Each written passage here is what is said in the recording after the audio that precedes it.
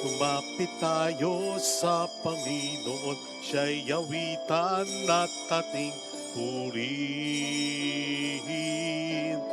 Ating sambahin ang Panginoon, ang ating kublihat lakas. Lumapit tayo sa Panginoon, siya'y awitan at ating purihin. Lumapit tayo sa Panginoon, siya'y awitan at ating purihin. Lumapit tayo sa Panginoon. Sa ngalan ng Ama at ng Anak at ng Espiritu Santo, Amen. sumainyo ang Panginoon. At sumaiyo rin. Upang tayo maging marapat sa banal na misang ito, halina't magsisimuna para sa ating mga kasalanan at pagkukulang. Tayo pong lahat, inaamin ko sa makapangyarihang Diyos at sa inyo mga kapatid, na lubha akong nagkasala sa isip, sa salita at sa gawa, at sa aking pagkukulang. Kaya sinasamo ko sa mahal na Birheng Maria, sa lahat ng mga anghel at mga banal, at sa inyo mga kapatid, nako'y panalangin sa sa Panginoong Panginoong ating ating Diyos. Diyos. Kaawaan tayo na mapagmahal na Diyos, patawarin sa ating mga sala, at patnubayan hanggang sa buhay na walang hanggan. Amen. Panginoon, kaawaan mo kami. Panginoon, kaawaan mo kami. Kristo, kaawaan mo kami. Kristo, kaawaan mo kami. Panginoon, kaawaan mo kami. Panginoon, kaawaan mo kami. Yumuko tayo, maaaring ibulong sa Panginoon ang ating intensyon.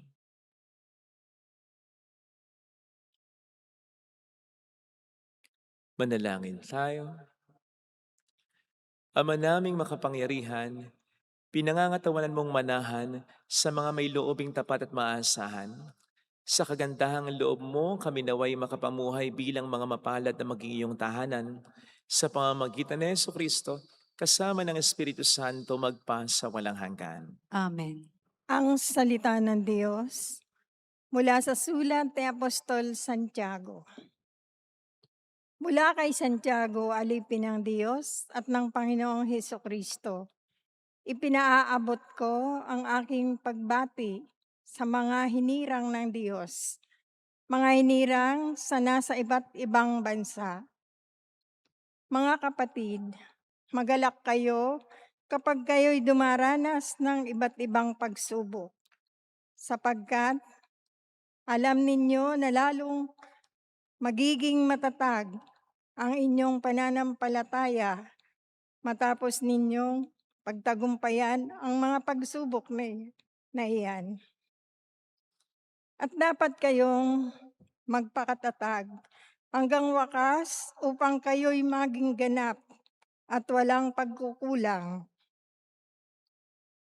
Ngunit kung kulang ng karunungan ang sino man sa inyo, humingi siya sa Diyos at siya ay bibigyan, sapagkat ang Diyos ay saganang magbigay at di nanunumbat. Subalit, ang humihingi dapat manalig at huwag mag-aalinlangan, sapagkat ang nag-aalinlangan ay parang alon sa dagat na itinataboy ng hangin kahit saan. Huwag umasang tatanggap ng anuman mula sa Panginoon ang taong pabago-bago ang isip at di alam kung ano ang talagang ibig. Ikararangal ng dukhang kapatid ang pagkakataas sa kanya ng Diyos at ng mayamang kapatid ang pagkakababa sa kanya, sapagkat ang kayamanan ay lilipas gaya ng bulaklak ng damo.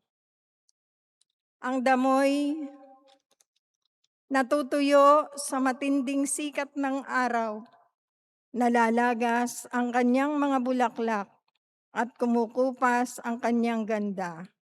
Gayon din naman ang mayaman ay mamamatay sa gitna ng kanyang mga kaabalahan.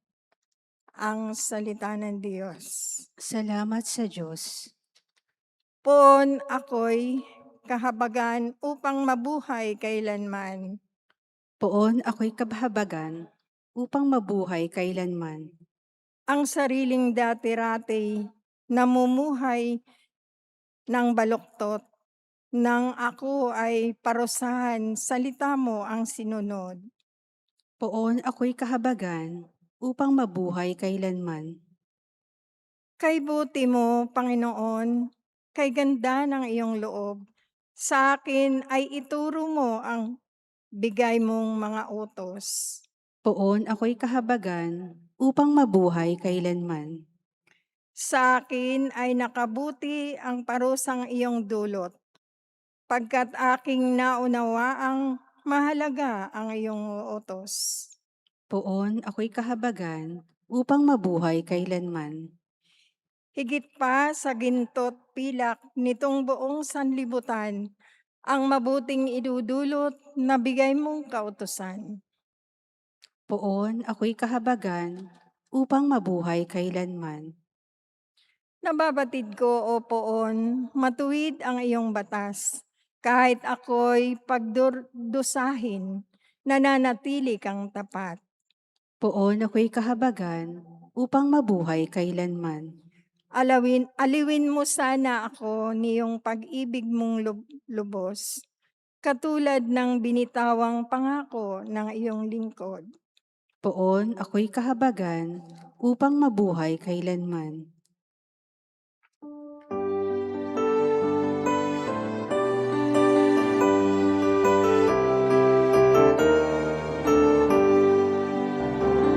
Hallelujah, hallelujah, hallelujah, hallelujah.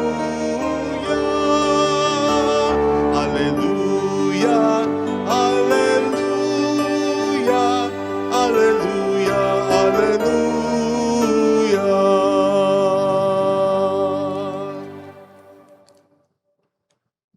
Sumainyo ang Panginoon. At sumaiyo rin. Ang mabuting balita ng Panginoon ayon kay San Marcos. Papuri sa iyo, Panginoon. Noong panahong iyon, may dumating na mga Pariseo at nakipagtalo kay Jesus. Ibig nilang masilo siya, kaya hiningi nila na magpakita si Jesus ng isang tanda mula sa langit. Napabuntong hininga ng malalim si Jesus at ang wika, "Bakit naghahanap kayo ng tanda? O bakit naghahanap ng tanda ang lahing ito? Sinasabi ko sa inyo, hindi sila pagpapakitaan ng anumang tanda." Iniwan niya sila at pagkasakay sa bangka ay tumawid sa ibayo. Mga kapatid, ang mabuting balita ng Panginoon. Pinupuri ka namin, Panginoong Hesukristo. Welcome sa Our Lady of Lasalette Quasay Parish, kung saan nais lang pong umiyak at samahan tayo ng mahalainan sa pag-iyak at sa pagdarasal upang maging maayos ang lahat. May expression po tayo, mahirap gisingin ang nagtutulog-tulugan lang. Mahirap makakita ang nagbubulag-bulagan. Mahirap makarinig ang nagbibingi-bingihan. Let me add, mahirap ding makaalala ang nag-uulya-ulyanihan o yung pagkalimot na sinasadya lang. Yan po ang makikita natin sa ating mga papasang napakinggan. Unahin po natin sa mabuting balita kung saan nanghihingi ng tanda kay Kristo ang mga Pariseo. Pag sinabing tanda, milagro, himala, isang bagay na extraordinaryo na magpapatunay na talagang Diyos o sugo ng Diyos si Kristo. Anong drama ito? Anong klaseng kahilingan ito? Bago pa po ang tagpong ito, marami nang ginawang milagro at himala si Kristo.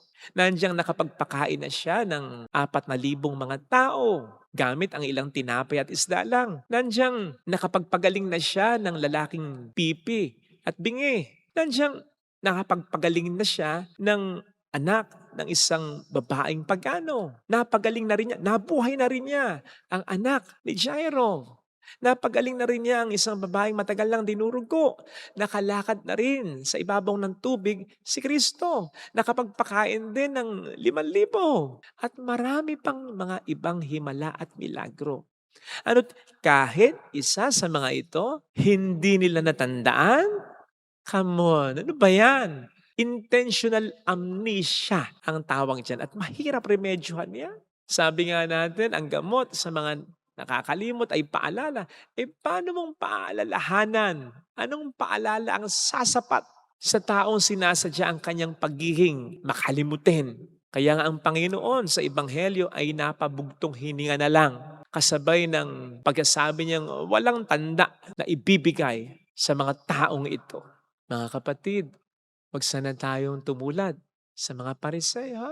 Wag nating intensyoning kalimutan ang mga biyaya sa atin ng Panginoon sapagkat masakit yan. Ang mga biyaya ng Panginoon sa atin ay tanda ng kanyang pagmamahal sa atin. Ibinibigay niya hindi dahil deserve natin, kundi dahil mahal niya tayo. Lahat ng ito ay regalo. Ano ba't nararamdaman natin kapag hindi na-appreciate o kinakalimutan ng ating binigay na regalo? Di ba't nasasaktan tayo? Huwag sana ganun para lamang sa ating mga masamang intensyon. Huwag tayo magbulag-bulagan, magbingi-bingihan, magtulog-tulugan, mag-ulya-ulyanihan sa mga blessings ng Diyos sa atin. Kahit ipikit pa natin ang ating mga mata, kahit takpan pa natin ang ating mga tenga, kahit pilitan natin kalimutan, hindi natin matatawaran ang mga biyaya ng Panginoon sa atin. Lagi natin itong tatandaan at huwag sadyaing kalimutan. Samantala sa ating unang pagbasa naman ay parang pinapaalalahanan tayo ni Santiago. Sapagkat ang sabi niya dito, alam ninyo na lalong magiging matatag ang inyong pananampalataya matapos ninyong pagtagumpayan ang mga pagsubok na yan. Take note of the words he used. Alam ninyo, for you know. Na parang bang sinasabing, alam nyo na ito Kinakailangan ko bang ipaalala sa inyo? O kinakalimutan nyo lang talaga? Alam nyo na, batay sa inyong karanasan o sa karanasan ng ibang nakita ninyo na ang mga pagsubok sa buhay ay makatutulong din sa inyo. Alam ninyo ito, naranasan nyo ito, nakita nyo sa karanasan ng ibang tao na dahil sa mga pagsubok, ang tao ay napalapit sa Diyos, mas naging mapagpasensya, mas naging matatag, mas naging malawak ang pangunawa, mas sumampalataya, mas naging mapagbigay, mas naging mapagkumbaba. Alam nyo na ito Ano parang kinakalimutan niyo dahil sa ayaw ninyo? Dahil sa ayaw niyo ng pagsubok? For you know, alam niyo na ito Huwag niyong intensyoning kalimutan sapagkat alam niyo, alam nating lahat, yun ang sinasabi ni San Pablo, na ang mga pagsubok na inaalaw sa atin ng Panginoon ay pupwede sa ating makatulong. Ako po mismo, ilang beses ko nang naisermo ng katotohanan ito. Ilang beses ko na naipayo sa iba ito na hold on. Ang mga pagsubok na yan ay hindi aalaw sa iyo ng Panginoon. Hindi kanya pababayang umiyak o maghirap kung wala siyang magandang binabalak, di ba? You've heard that from me many times na. Kung bakit kapag dumarating din sa akin ang mga problema, ako mismo nakakalimutan ko yan. O kahit naalala ko, pero bakit sadya ko yatang kinakalimutan? Kayo po mismo, matagal nyo nang narinig sa sermon ng mga pari ito, hindi lang sa akin.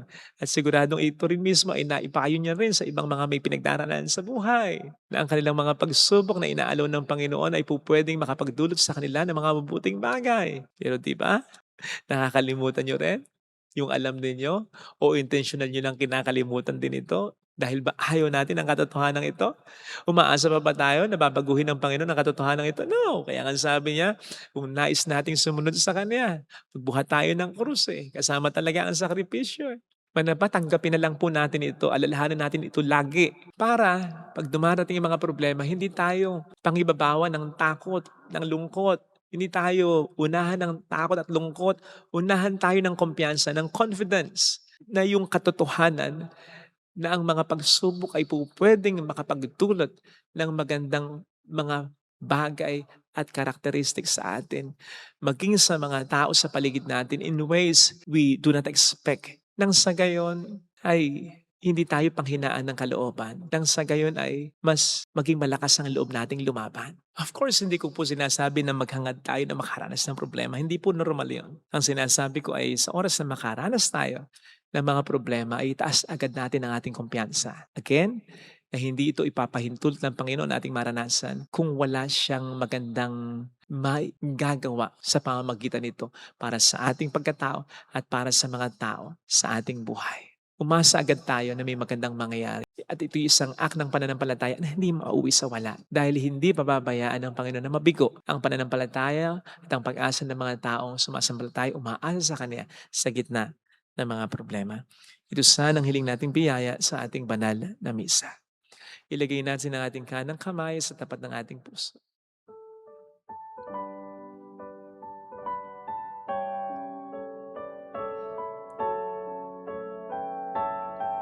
Awitin natin.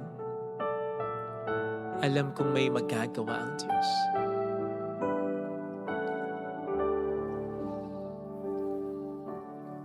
Alam kong may magagawa ang Diyos. Alam kong may magagawa ang Diyos. Alam kong may magagawa Walang imposible sa Kanya. ang Diyos. Kung ako'y magtatapat, Kung ako'y magtatapat sa Kaniya'y maglilingkod. sa Kanya'y maglilingkod. Alam kong may magagawa ang Diyos. Alam kong may magagawa ang Diyos. Alam kong diringgin ng Diyos ang samo ko, sapagkat mahal niya ako. Diringgin ng Diyos ang samo ko. Alam kong diringgin ng Diyos ang samo ko. Alam kong diringgin ng Diyos ang samo ko. Kung ako'y magtatapat, Kung ako'y magtatapat sa Kaniya'y maglilingkod. sa Kanya'y maglilingkod. Alam kong diringgin ng Diyos ang samo ko. Diringgin ng Diyos Pumikit tayo. ang samo ko. Panginoon, humihingi kami ng patawad sa mga pagkakataong kinakalimutan namin ang pagkapala mo. Yung may lakas pa kami ng loob na sabihin hindi mo kami mahal sa kabila ng maraming mga pagpaparamdam mo sa amin ng iyong pagmamahal. Dahil lamang hindi mo kami napagbigyan, dahil lamang nagkaroon kami ng problema. Pasensya na, humingi kami ng patawad. At tulungan mo po kami na sa gitna ng mga problema ay ibukas namin ang aming mga mata at maging mababang loob namin sa pag-amin na may mangyayaring maganda sapagkat ito ay pangako mo noon pa. Hindi magtatapos ang lahat sa kamatayan. Mayroong muling pagkabuhay. May kapupuntahan na maganda. Ang aming mga pagtitiis sa kasalukuyan, siya ay muling babalik sa atin. Sapagkat hindi ka magkukulang. Sapagkat hindi mo kami pababayan. Sapagkat sa lahat ng pagkakataon, nandyan ka para kami samahan. Hallelujah! Sa takdang panahon, babalik ang Panginoon upang tayo ay kunin. Tapat siya sa kaniyang mga pangako sa atin. Sabihin mo sa sarili mo, mayroong magandang mangyayari sa iyo. Higit pa sa inaasahan mo sapagkat mahal ka ng Diyos. Pakatandaan mo. Kung lalapit ka kay Jesus, maaaring matagal, maaaring maging mahirap, pero magiging maayos din ang lahat. Kay Jesus, mayroong magandang mangyayari sa iyo.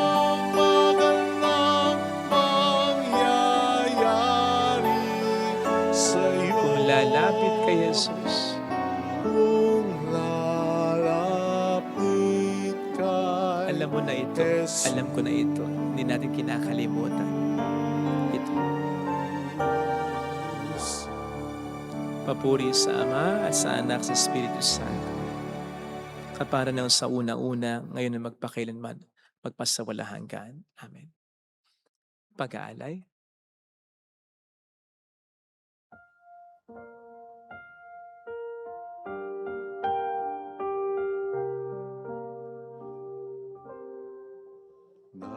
Nahayag ang iyong kadakilaan sa tinapay at alak na laan. Patikim ng dulot mong kaligtasan. Halik ng langit sa amin iyong sambayanan.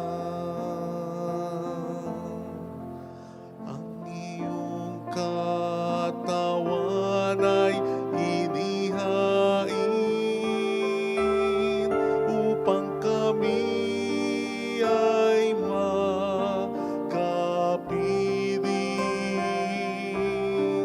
Pagliligtas mo ngayon'y inaalala. Pasasalamat sa iyong dambana.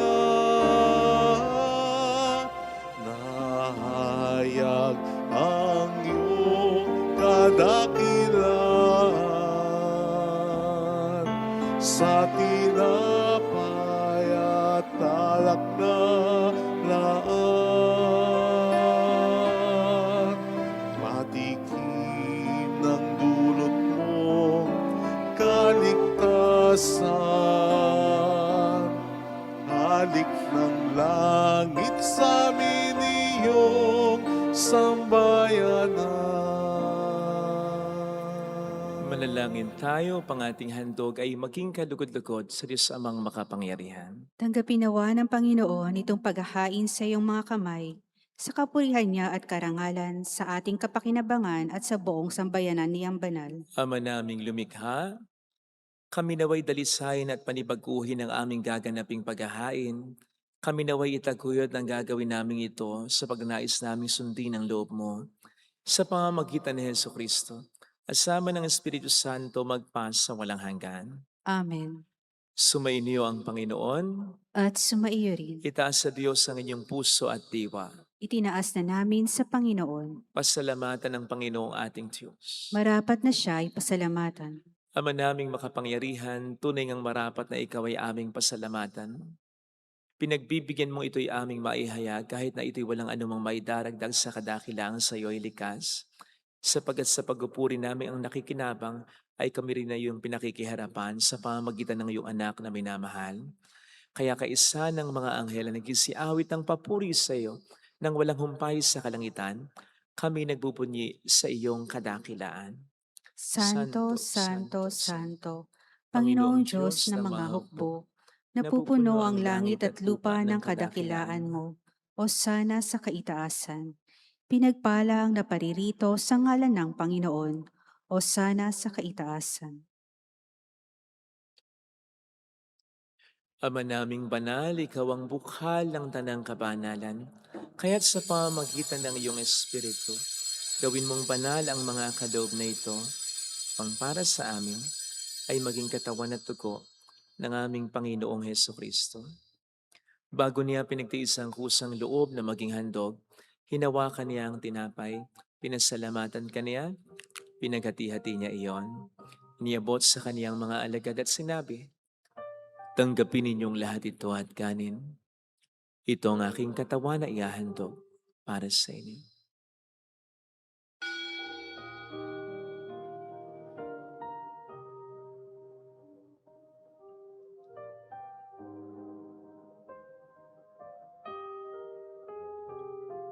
Gayun din naman nang matapos ang hapunan, nawakan niya ang kalis. Muli kanyang pinasalamatan. Iniabot niya ang kalis sa kaniyang mga alagad at sinabi, "Tanggapin ninyong lahat ito at inumin. Ito ang kalis ng aking dugo ng bago't walang hanggang tipan. Ang aking dugo na ibubuhos para sa inyo at para sa lahat, sa ikapagkapatawad ng mga kasalanan. Gawin niyo ito sa pag-alala sa akin."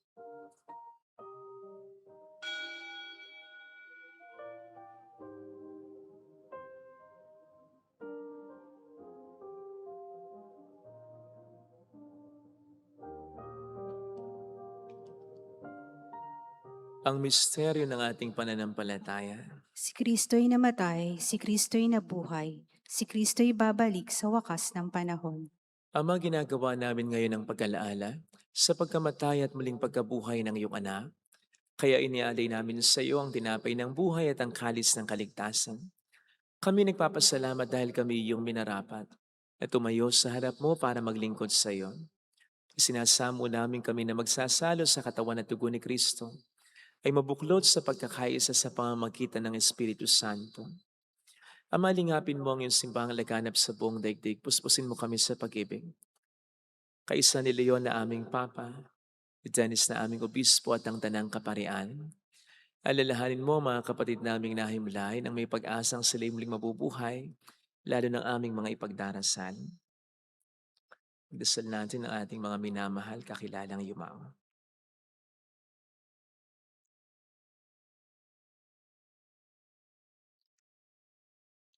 Kaawaan mo sila at patuloyin sa iyong kaliwanagan. Kaawaan mo at pagkitapatin kaming lahat na makasalo sa iyong buhay na walang wakas. Kaisa ang mahal na Birhen ng Lasalet, ang ina ng Diyos. San Jose ang kabiyak ng kanyang puso. Lahat ng mga banal na namuhay dito sa daigdig ng kalugod-lugod sa iyo. May pagdiwang naman namin ang pagupuri sa ikararangal mo sa pamamagitan ng iyong anak na aming Panginoong Jesucristo. Sa pamagitan ni Kristo, kasama niya at sa Kanya, ang lahat ng parangal papuri ay sa iyo, Diyos amang makapangyarihan, kasama ang Espiritu Santo, magpasawalang hanggan. Amen.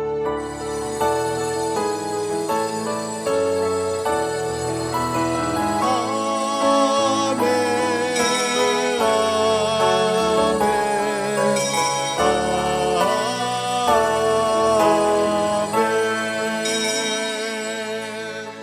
Tumawag tayo sa ating Ama.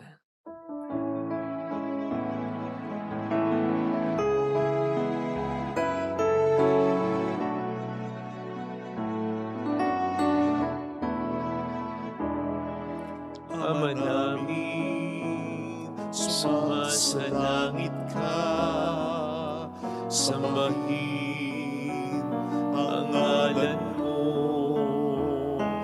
mapasamin ang kaharian mo, sundin ang loob mo dito sa lupa para nang sa langit.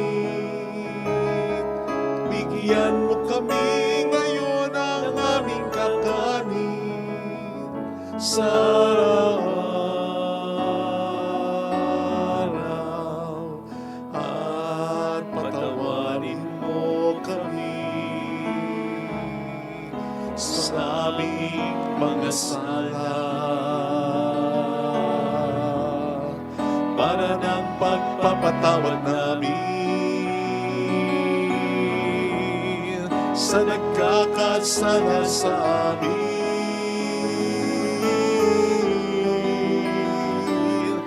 At huwag mo kaming ipahintulot sa tukso,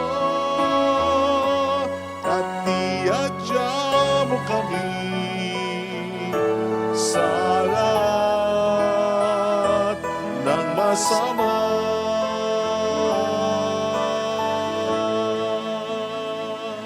Iniling namin kami adya sa lahat ng masama, pagkalooban ng kapayapaan na araw-araw, iligtas sa kasalanan, samantalang aming pinaghahandaan ang dakilang araw ng pagpapahayag ng tagapagligtas naming sa Jesucristo.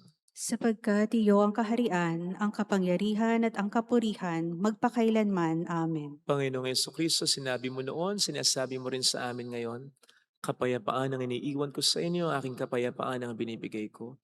Tunghayan mong aming pananampalataya, wag ang aming pagkakasala.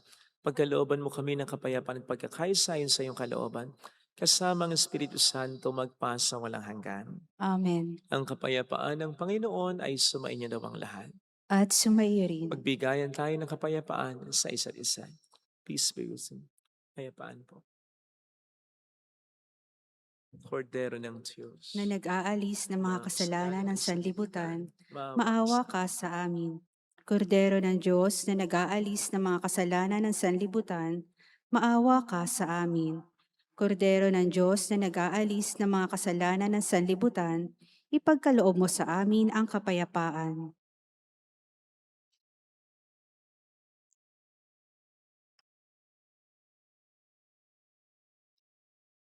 Narito sa harap natin ng Panginoon ang ating buhay at kaligtasan.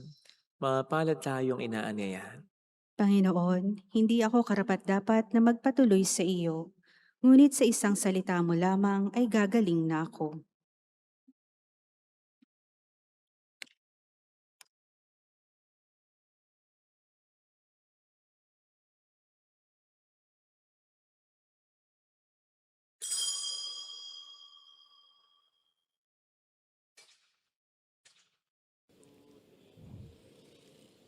Panalangin para sa espiritual na pakikinabang. Panginoong Hesus, ako ay naniniwala na ikaw ay nasa kabanal-banalang sakramento. Iniibig kita ng higit sa lahat at ninanasa kong tanggapin ka sa aking kaluluwa. Sapagkat sa mga sandaling ito, hindi kita matatanggap sa sakramento. Tumuloy ka sa espiritu sa aking puso. Niyayakap kita na para bang naririto ka na. Inaalay ko ng buong buo ang aking sarili sa iyo. Huwag mong hayaang mawalay ako sa iyo. Amen.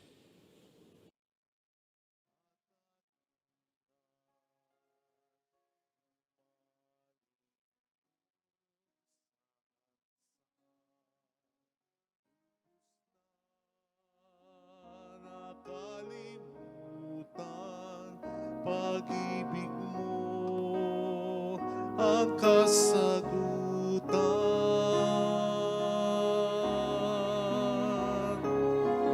Diyos ko, Diyos ko, ang buhay ko ay laan sa'yo. Walang ibang ninanais maliban sa pag-ibig mo. Diyos ko, Diyos ko, gawin mong muli ako sa'yo. Muling ipaubaya ang sarili sa iyong pagkalinga.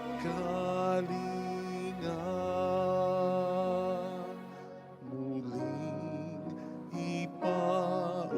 ipaubaya ang sarili sa iyong pagkalinga.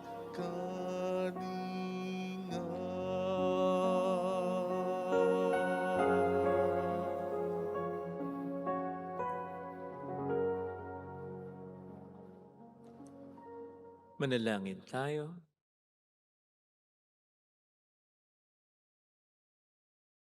Ama naming mapagmahal, sa pagkait inuming pagkakaisang binibigay kami ni loob mong makapakinabang, kaisa ni Kristo kami naway makapamuhay upang makapamunga ng may kagalakan para sa kapakanan ng aming kapwa-tao sa libutan.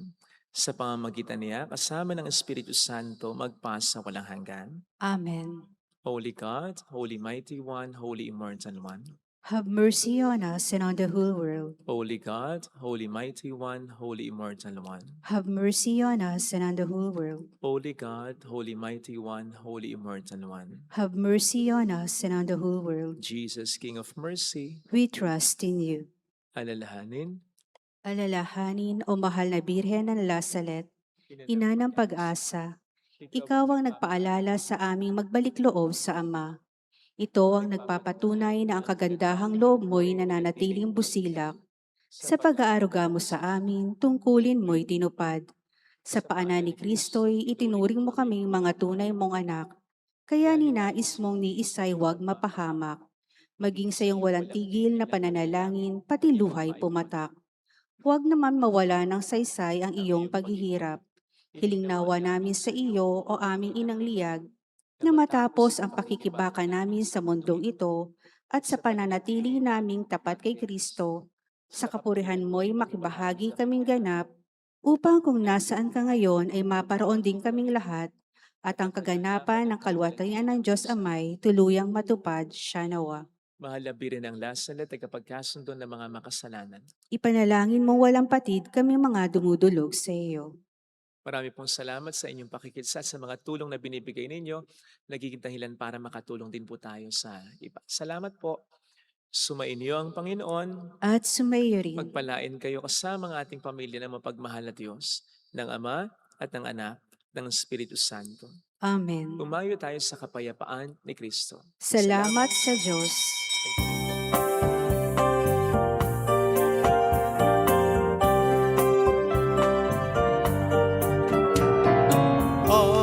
aming iniaalay ang pag-ibig na walang kapantay. Okay sarap mabuhay kung may nagmamahal, pagmamahal at tunay at laging dalisay. Ang Birhen kong umibig ay walang sinamis, pagsintang sa nalinis sa iyo hanggang langit. O Birhen, Birheng mahal, sa awit at sa dasal